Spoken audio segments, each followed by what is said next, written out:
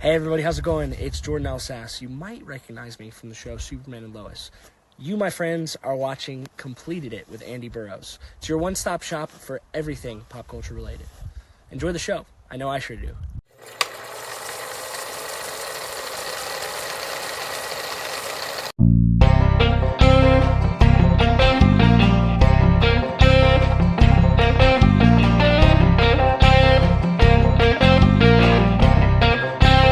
Welcome everybody back to Completed It. I'm your host Andy Burrows and we are going into the world of professional wrestling this week, and I'm joined by someone that has taken the wrestling world, the bodybuilding world by absolute storm. If you grew up like me in the 90s, you would know the ninth wonder of the world, China, probably one of the greatest of all time, in my opinion. This young lady has taken it to the next level with China cosplay, with everything that she does. Sarah Paige, how are you? Welcome to Completed It. Hi, thank you for having me. I'm good. How are you? I'm good, thank you. I'm good. Sarah, talk to us about your rise. I mean, I first found you on social media and I had to do a double take. I'm like, hang on a minute. I've seen cosplayers and I know you posed with Mick Foley recently, and Yeah. even he put out a tweet or an Instagram saying the lookalike is uncanny to the great ninth wonder of the world, China. Sarah, just talk us through your journey and how this began for you. Oh gosh, so I've been cosplaying since 2015, so it's coming up 10 years this year. I think my first Comic Con was like July 2015, so I've cosplayed no end. But my best friend, he was like, "You should cosplay China," and I was like, "What?" I wasn't really in like I grew up with like a family that were into like not sports.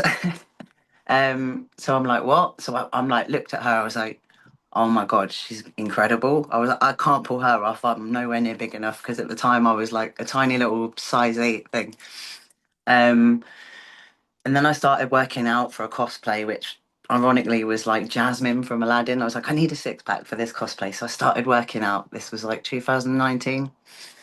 And it kind of progressed from there. And then it was, gosh, 2022, I believe. I was like, right, I've got just about enough muscle that I can maybe pull this off. I went to a Comic Con as China. I got filmed, I think it was a 7 second video, and it went everywhere. I was like, oh. So from that, it's kind of progressed, and I went, I got into bodybuilding. I think it was 2023. I walked into my local gym and was like, I want to be a professional bodybuilder. Wow. Um, and it's just progressed from there, and I've continued doing the China thing, and I've What kind of got big now. did you grow up watching wrestling, or did you like your friend said to you you need to cosplay China? Did you like seriously have to like start researching, or did you already know of her from the then WWF, now WWE? No, I had no idea. So this was like 2015. He first said it. I think it was that anyway. And I'm like looking at her research. I was like, who on earth is like she was.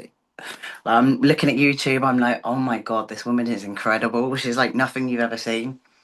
And I was like, I can't do it. I can't do it. I'm not big enough. I want to do it. I'll do it right.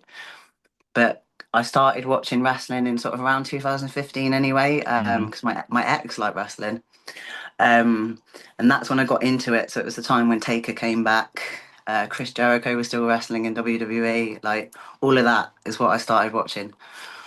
What was the reaction amongst you, say, like friends, family, when you were like, I'm gonna do this? Because we're gonna get to where you are now, but when you very first started it, what's the reaction amongst your friends? They're like, you're gonna be doing what?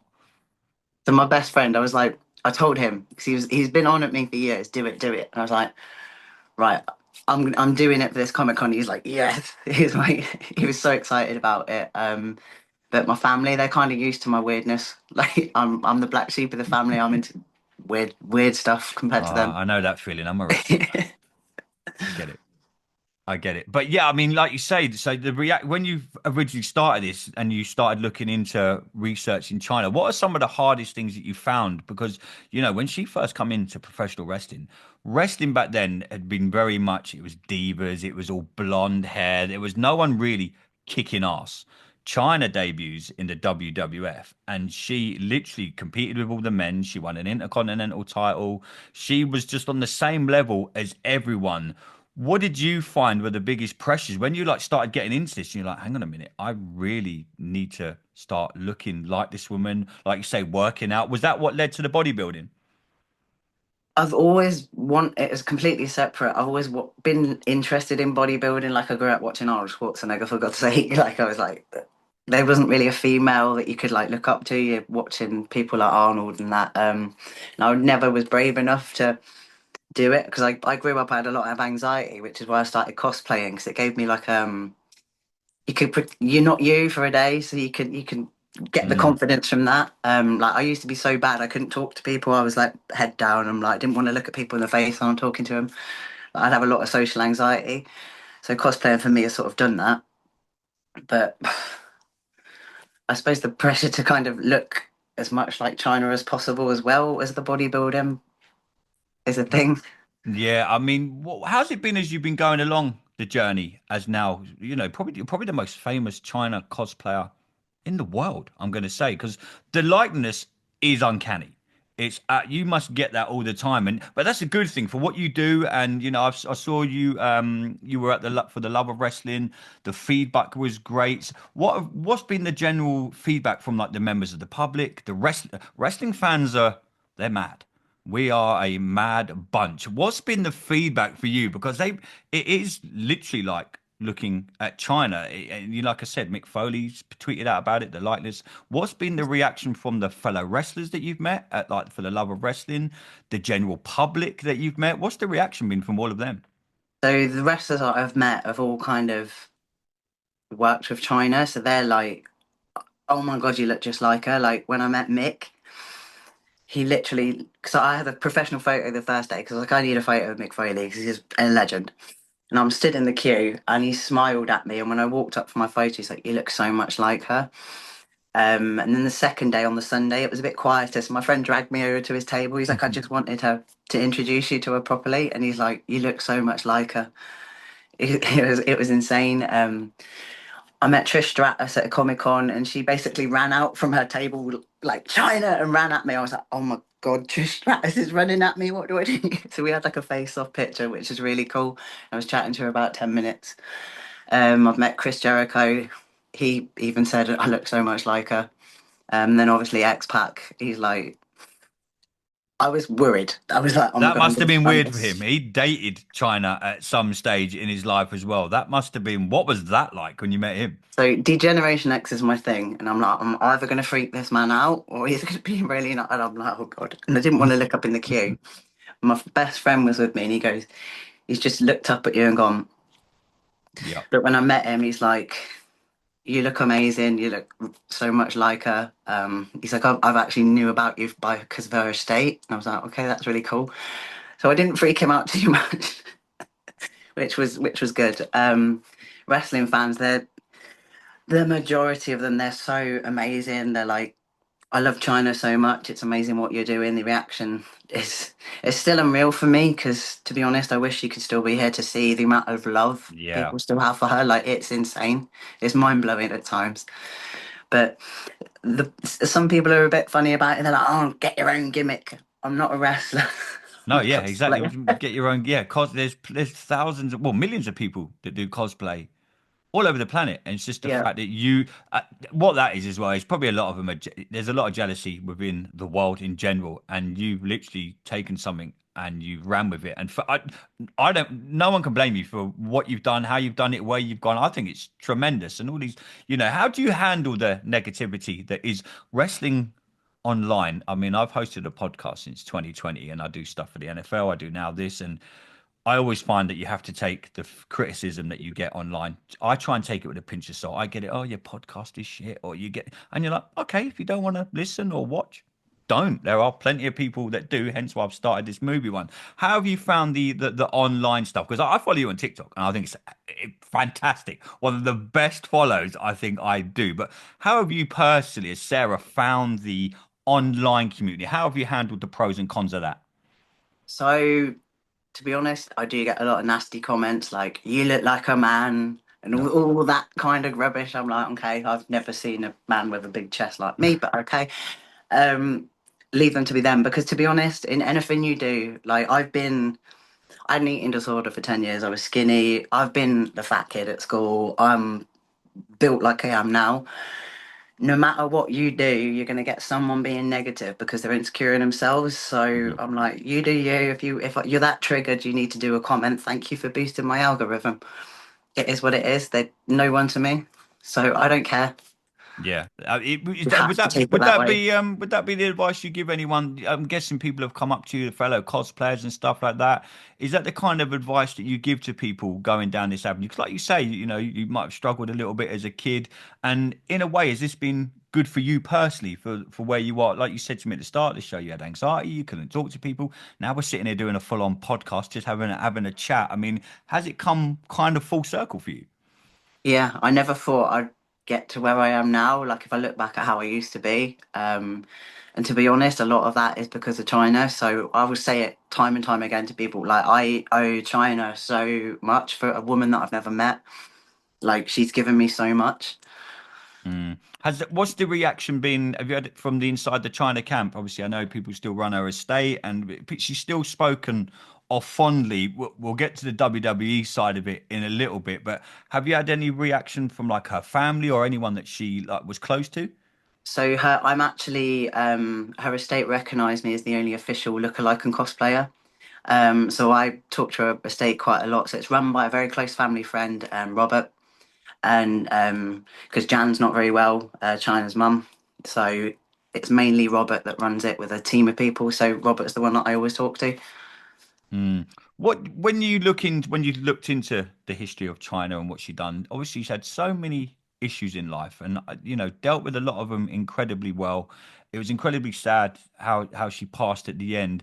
How has that played a part in your life and what you do with the cosplay, and that you really want to give a true reflection of the good side of her? I mean, like you said a minute ago, there's so much negativity online, and there was even back then. The internet wasn't as big or popular as then. But I used to read things, and she done a few events over here in the UK, and she mentioned in interviews many times. I think it was it was like a version of the wrestling with Shadow. She done a kind of version of that, where it's a fly on the wall. They followed her around, and she was talking about the struggles and what she'd had finding stuff online. How important is it that you feel that you really represent what she was an amazing person. She was an amazing wrestler. Everything that I liked about her, I think that you're now carrying forward. A, that must be really good for the family to see. But B, how do you handle that situation, knowing that you've got to carry on a legacy of a woman that you never really met? To be honest, I'm blessed to be able to do what I do and get people remembering China, everything about a wrestling career. Like I'm blessed. So for me, all day long, I love it. Mm, She had like if you've watched the Vice documentary, like you can yep. slowly see her melting, and you're sat there watching this thing, going, "Why did nobody help this woman?" And it's sad to watch, but she should be remembered for what she did for wrestling because no one's done it since. And yeah, Rhea Ripley and all this, they're great wrestlers, but they wouldn't have existed without this woman. Yeah, I mean, that's what I was coming on to next. She literally paved the way for some of the things we do see now in professional wrestling. Like I say, when I was 16, 17, 18, it was all divas, blonde hair, big boobs, Mhm. never wrestled. China comes along and you're like, hang on a minute. It originally come into the wrestling as a bodyguard, and then all of a sudden started literally kicking the shit out of the guys in the wrestling world. I mean, how important is it for you that you think that you are representing her in the right way? It means everything to me to be able to do that, like representing her in the right way. So I'm very careful, like what I post. Like I'm making sure my content's okay before I post it.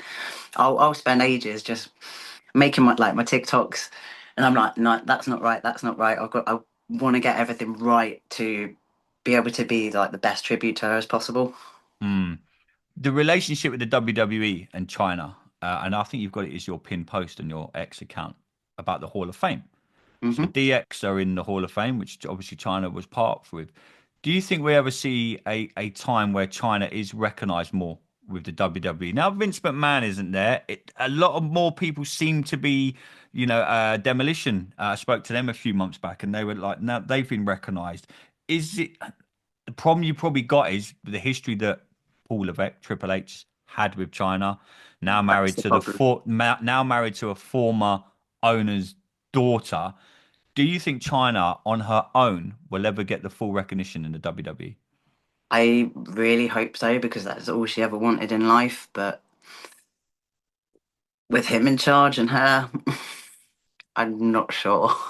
Yeah, it's gonna be difficult. I mean, she had stints in obviously in TNA, in WWE. I mean, just for her, it would be nice if just purely for wrestling alone, she could Yeah, go into the. I mean, so many people have gone into. I mean, Bret Hitman Hart come back to WWE after his brother literally died live on TV. So when I see things like that, I'm like, surely that bridges can be built where they recognize someone is no longer here. It's not like they're insane to, oh, we don't want to induct China because she's going to come to WWE and it's going to be really awkward. There's plenty of people that have passed and that you'd never thought would have been inducted into the Hall of Fame that yeah. have now been inducted into the Hall of Fame. I mean, for you, is it important that she does get recognized in that way eventually, or like you just say, because of who's there at the minute, it probably won't happen? It is important because it was one of the final things she was trying so hard to get recognized by the WWE, like and for everything she has done. Like no one, no one's done what she did since, and it to not recognize that talent and it's nice they're putting her on the games and that more now. Like you've got the new game come out with her on, but she needs recognizing for what she did, and she needs putting in that Hall of Fame. Yeah, I But really hope she does. Sorry, go on. but it's just Triple H and Stephanie, isn't it? I don't think it'll happen, especially Yeah. this year because Triple H is being inducted. I don't think that'll happen this year. How do you think, obviously doing what you do, I mean, you speak to wrestling fans all the time. How did you find out when you were looking back into the history of the woman, obviously inside the ring and outside of the ring? What's some of the things that you found out that shocked you that you thought that you might have to kind of bring to what you do? Because you, like you say, you are the only woman that's recognized as the number one China cosplayer in the world. So when you were researching her, is there anything you're thinking, wow, I need to do this, but I've got to approach this very delicately. Because obviously, when she left WWE, what she did after, people make bad choices in life, don't they? So I do get people going, "Oh, you should do that. You should do that." It's like, no, no, Mm. What's and you the have to kind of you get all sorts of weird messages. It's like, oh Oh god, my God. Yeah. yeah, You had to think what some, I mean, I've spoke to quite a few celebrities and stuff all over the years. And it's one of the comments they say to me was, don't ever check your Twitter DMs. And I'm like, okay, yeah, I can imagine some of the stuff that you get online. Like you said earlier, with all the negative, there's always going to be an idiot out there. And it's how yeah, you deal with that, right? yeah. Have you found that you're kind of like a role model now for people? Have people come and approached you like because of what you've done and the journey that you've been on might help? There might be young girls watching this and listening, thinking, "Hey, look, I wasn't socially accepted, and but now you're doing what you do, and you're at Comic Cons and you're meeting fans and you're doing interviews with me. What advice are you giving these people when they're coming up to you?" I mean, I get a lot of people saying like I've inspired them to work out, like start their fitness journey and that, which is really nice. And it's still bizarre for me because I'm just like this. I'm from a little town in the UK, like, and people are like, "Oh my God," at me, and I'm like, "I'm just a normal person." Yeah. It's really bizarre. Um, I just tell people like, just be true to yourself. Like, you want to do something, do it because the only person that can do it is you. Mm. How have you Yeah, handled the quote unquote the fame side of it? I spoke to Terry Crews last year, the actor, and he was just like, awesome. but he was just like the fame part of it is something that he says he likes, but he doesn't like. Again, like you've mentioned already, you get so many people trying to impose on your private life, and at the end of the day, you're just doing a good thing. You're trying to represent someone that you like and happen to look like. So you're like, why shouldn't I make a living out of this? But how have you found that side of quote unquote fame? I just still find it really bizarre. Like people know who I am. I'm like, right. Like, I'm dead awkward. I'm like, right. Um, I just find it really odd. They're like, oh my god, you're famous. I'm not. I just put on a costume and do silly videos and turn up at a comic con. But yeah, it is a bit bizarre because people like some people actually think I'm China. I'm like, Oh yeah, I'm what's not. I'm that not. like? I'm. It's bizarre. I'm not China. Like, chill. I'm just put a costume and like I had an odd one at the last Comic Con. They're like, how much facial surgery have you had? I was like, none, mate. Oh my God, I you're kidding. was like, this is literally my face. Oh wow. Yeah, the wrestling community and some people are actually really weird. I mean, what does the future look like for you, Sarah? I mean, what do you like? How long do you plan on cosplaying as China? I mean, obviously, I know I follow you on social media. I know you're still into your bodybuilding. You went to bodybuilding competitions. What is that? Have you kind of planned out your future? Are you living day by day? I mean, what does it look like when life just flips 180 in the space of a matter of time? You've gone from being Sarah Page to being now one of the probably the most famous wrestling cosplayers on the planet. What does the future look like for you now? I'm just focused on my bodybuilding. It's like it's I did my first bodybuilding shows last year, and from the minute I stepped on that stage, I was hooked. Like, I was nervous, I was shaking. I got into all my poses and that. Came back on and did my routine, and that was it. I fell in love.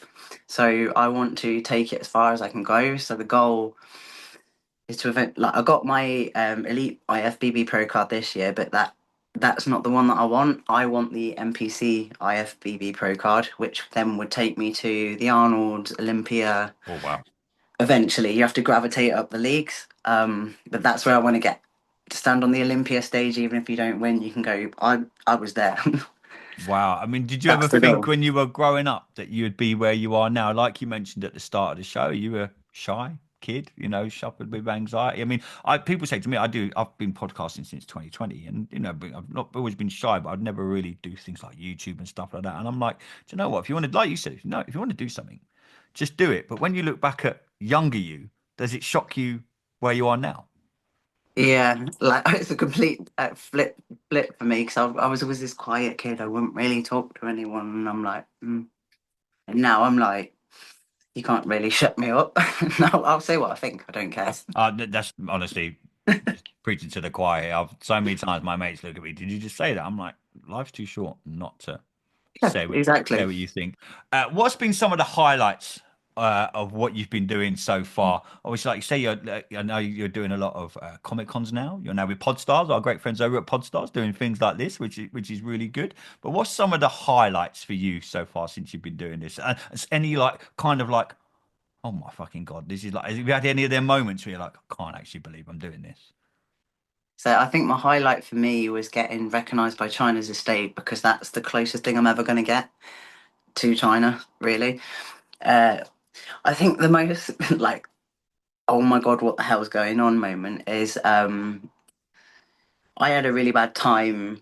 So I was back and forth from America. I was seeing someone from America, and I had a really bad time. He wasn't a nice person, we'll put it that way.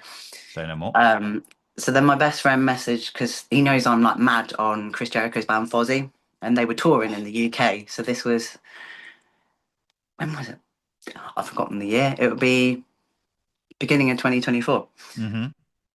Um, and he's messaged Chris going, "You've shared my friend. You know her as the China lookalike. Is there anything you can do for her? 'Cause she's had a bad time." I then get a follow from Chris Jericho on Instagram. I'm like in the gym going, I'm like Yeah. freaking out. And then he basically arranged for me to go VIP to Fozzy in Nottingham. Oh wow. And I'm like, oh my God. Like, so we turn up there, we get to watch the band practice. And then the video is actually on my Instagram, waiting to sort of have a picture with the band and Chris. And he literally spots me and he goes, Sarah! I'm like, Jesus. Like, because I really, like, he's one of the wrestlers I first started watching. And for me, Mm. that was like, what is going on? He knows my name. This is weird. So that was like, probably like one of the highlight moments for me. Wow, I can, but yeah, I mean, every time I've met a few wrestlers, I've interviewed them, and it is weird because you go from like just watching TV and you're like, oh, there's a like I said, when I interviewed Terry Crews, I'm like, I was sitting down just on my laptop like I am now, going, just having a casual chat with Terry Crews, like half an hour before we'd even hit record. He's like, "Oh, Andy, should we record the episode now?" I'm like, "What's going on with my life? I'm just chatting to Terry Crews." It is It's unbelievable. awesome. I mean, you done For the Love of Wrestling, probably the biggest wrestling convention in the UK. I'm going to say. I mean, there's a few, but For the Love of Wrestling, That is the how biggest was one now. yeah, how was that? I followed you for that whole weekend on social media. Looked like you had the time of your life. Just talk us through that weekend. So they basically asked me back this year to judge the cosplay competition. So I spent the whole weekend there anyway 'cause I just love it. So I got to meet quite a few wrestlers actually, like Mick Foley, the Mountie.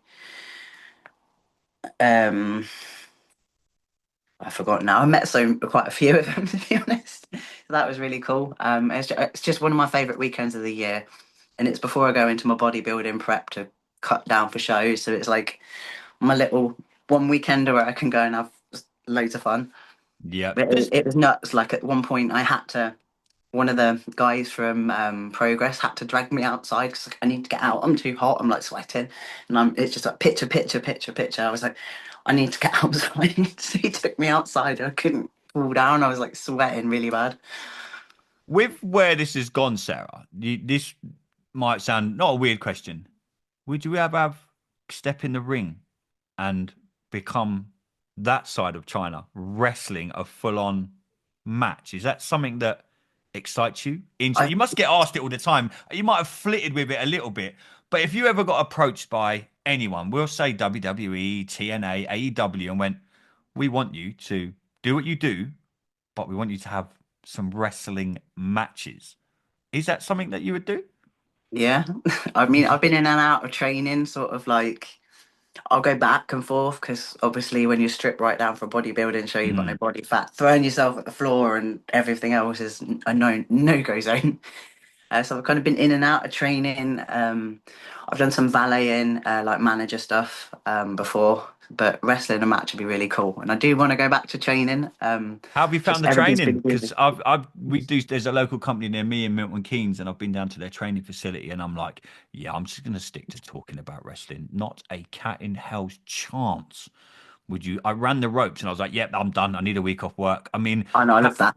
yeah, honestly, Sarah, I literally marks where you shouldn't have marks, and I'm like, I have so much respect for people that are involved in the business of professional wrestling because it is an art form. And people say, how do you watch wrestling? I'm like, do you watch movies? Do you watch soap operas? It's all the same. It's just a form of Yeah. entertainment. But how have you found the training? Because going for you look like everything about you is China.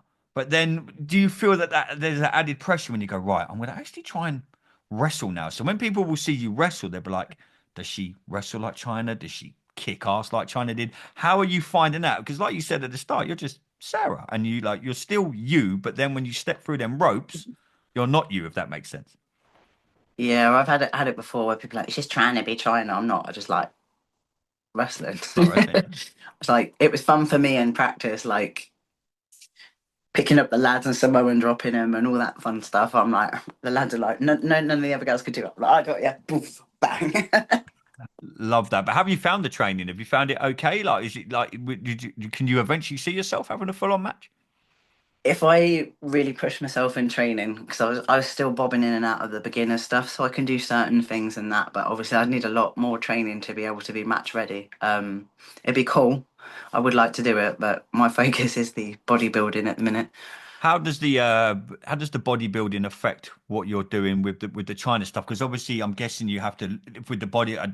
Pardon my ignorance, I don't know loads about the bodybuilding world, but I'm guessing you have to look a certain way at certain times. You can eat at certain times. You can't eat at certain times. How does that affect the cosplaying and the bodybuilding? How do you? Is there a way that you have to find the balance? You're like, right, I've got this show in 3 weeks, which means I might not be able to do this. Does that have an impact on what you do and when you do it? Yeah, and it's like because you see like pictures of when you're on stage and all your muscles are popping everywhere. You look the best you've ever looked when you're the worst you've ever felt because you were stripped right down to low percentage body fat. Your muscles are popping. You're dehydrated. So kind of the prep is like at least 3 months before a show, Wow. sometimes more depending how much you've stacked on, sort of in your off season. and it's like non-stop. So like everything last year, like once I went into bodybuilding prep because it was my first show, I got more and more tired. My food's getting more and more depleted, like low carbs. You were going to the gym twice a day, you're going to do your weights, you were so knackered, you're having a nap, you're getting up again, you're going and doing your hour and a half cardio to strip right down. You were dead. You're Oh like on wow. planet spaceship, but you're just like your head's out the window because you're low carbs, you're quite grumpy.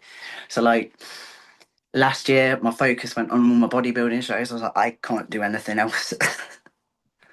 What's the hardest thing about getting ready for a bodybuilding show, Sarah? Like you said, there, like you're only allowed to eat certain things. You're still at the gym twice a week, but for you personally, because it's somewhere where you want to get, and like you said, you want to could be the Olympics, you could do the Arnie tour, everything like that.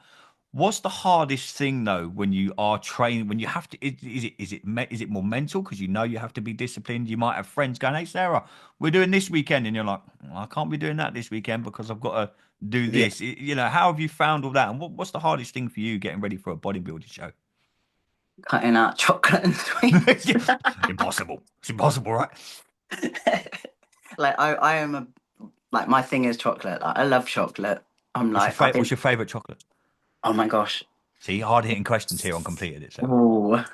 I like Lindor truffles, and but I love Reese's Oh peanut my butter God, the cups. little ones or the bars? Oh my God, I tried the No, bar the like other that, day. the actual truffles, Oh my and then, God, yeah. yeah, Oh my and days. then like the Reese's cups. See, hard hitting questions here. But anyway, back to bodybuilding. Yeah, what?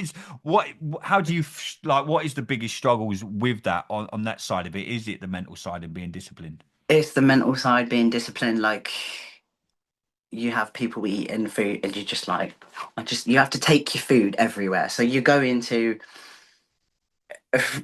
wherever, like I went to Fozzy, I took all my meal prep with me. Like you've got 20,000 bags of all the different things, and you just look an idiot just with there with your Tupperware.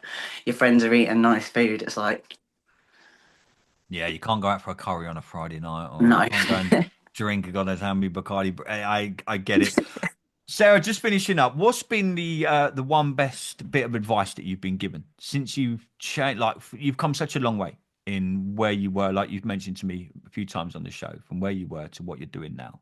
What's been the best bit of advice that you've been given, or what's the one thing that will always stay in your mind that you think, look, just stay focused on this, or I can't let that distract me. What's the one thing that will always stay with you? Always be you. Hmm. Don't change for anyone. Yeah. And I mean, and in the kind of in the wrestling world as well, and like, what's the reaction been from fellow women, men within bodybuilding and wrestling? Is it again, like you said earlier, is it a mixed bag? You have to take the good with the bad. Yeah, you take the good with the bad. Like the majority, everyone's lovely, supportive of each other, but you obviously do. With like anything, you get the jealousy creeping in and the snardy comments. It's like I don't like negative energy around me, so I'm like, you're negative energy. I'm going to ignore you Hmm. because you can stay over there. That's what I How do to people now. I'll no, don't. how does it affect like relationships moving forward and stuff like that? Is it something you have to say, hey, look, I'm doing my bodybuilding, I'm doing my cosplaying, and you either like it or you don't. Pretty much. Like Yeah. I like my whole bodybuilding season last year. I'm single, so I did what I want when I wanted. I did my like I wouldn't be told, oh, I don't like that. I'm not like no, don't. If anyone comes into my life and goes, well, I don't really want you doing that, and I don't really like your body. Okay, Yeah. you go. The door's over Piss there. off. Yeah. I mean, I think that's if you look at a lot of people that are really super successful in life, and you're definitely trending that way. You're kind of already there with the cosplaying, but you've got goals of where you want to be with the bodybuilding. That's how you've got to be in life, right? You've got to just be focused because in 5, 6 years' time, when you will achieve what you want to do, they're the sacrifices that you've had to make, right? Yeah. And to be honest, like I did a lot of looking at myself last year because of what went on in my past relationship. And I'm not going to settle for any negative energy, anyone telling me what to do ever again. Like I've got a very small group of people around me, and I mean Mm. very small, and I trust them with my life, and I know if I need them, they're there. Other than that, I don't really like. I'm nice to people, but I'm like, okay, Yeah. I know who I can trust because it's very rare in life you can find people that you just click with and you can trust with anything. Oh, trust me, I get that. I get that. Just last one from me, Sarah. I know your time's precious as well. What's the one thing that you've learnt the most about yourself since doing what you're doing and life completely flipping 180? Is there something that you think, Jesus Christ, I didn't think this was me? Because you've achieved in such a short space of time, you've achieved loads, and I think it's amazing what you've done in the bodybuilding world, in the cosplay world. You know, you said you've influenced other people to come out of their shell more. What's the one thing that you've learned the most about yourself that even surprises you? That I can do things like if I want to do something, I can do it. Like if I've got a dream, I can achieve it. I'm like, I've got the confidence to do it now. Like that's the main thing for me. Like the last year and a half, my confidence has just gone up and up and up. Obviously, I do have bad days. I'm like, oh, and self doubt creeps in a bit, but my confidence is amazing now, and I'm Wow, that's comfortable in myself. is that the advice you'd give to anyone wanting to do what you do? Just go for it and just literally just give it everything. Yeah, like even not if it's bodybuilding, they've got a goal. If you've got a goal or a dream, just keep going for it because you can do it. Like I had the dream of getting on a bodybuilding stage, and my first show, I won the overall show, and then I went to the finals, and I won the finals. How did Like, that feel when you won? Was it a surreal moment for you and your it was family? insane. Like it was absolutely. I was just like I looked over, I saw my mum crying her eyes out. Like my friends, like just like, going nuts, and I'm nearly crying myself. I'm like, I've actually done this. Yeah, It's been it's nuts. it is fantastic. Well, Sarah, honestly, thanks so much for coming on. Completed it. Honestly, like I said, I've followed your journey on social media for a little while now. You're inspiring people to do what they want to do. I think it's tremendous. As a wrestling fan, seeing you out there and you're making people happy. And the main thing you're doing is you're keeping someone's memory alive that meant a lot to a lot of wrestling fans. But all the negative stuff that was out there, I don't listen to any of that BS. She probably was the first real woman of wrestling, Hmm. actual wrestling. And I think it's full credit to you and what you're doing that you're keeping that memory alive. So thanks so much and Bless you, thank you. keep doing what you're doing, my friend. I'm really enjoying watching it. Will do. No problem. Just do you want to tell people where they can find you on socials and everything like that so they can check out what you're doing? Yep. So I'm on Twitter, X, whatever you want to. I still call it I Twitter. still call it Twitter. People Yeah. are FX now, Andy. That one's China Syndrome underscore. Instagram is China Syndrome underscore, and then it's China Syndrome on TikTok. Keep doing what you're doing, my friend. I really do wish you all the best and absolutely killing it, mate. So keep going. Thank you. Thank you No for having me on problem. the podcast as well. No problem, mate. We'll definitely get you back when you win an Olympic gold medal, right? Yeah, it's the I'm goal. gonna say you can come on with you be like Kurt Angle. You're gonna come on with get your gold medal. But if you want to check out our show, everyone, just go to YouTube, type in Completed It Pod, all one word. You can find us on there or at Completed It Pod on Twitter. You can find us on there. But till next time, everybody, I've been your host, Andy Burrows, and we have completed yet another episode. Stay safe.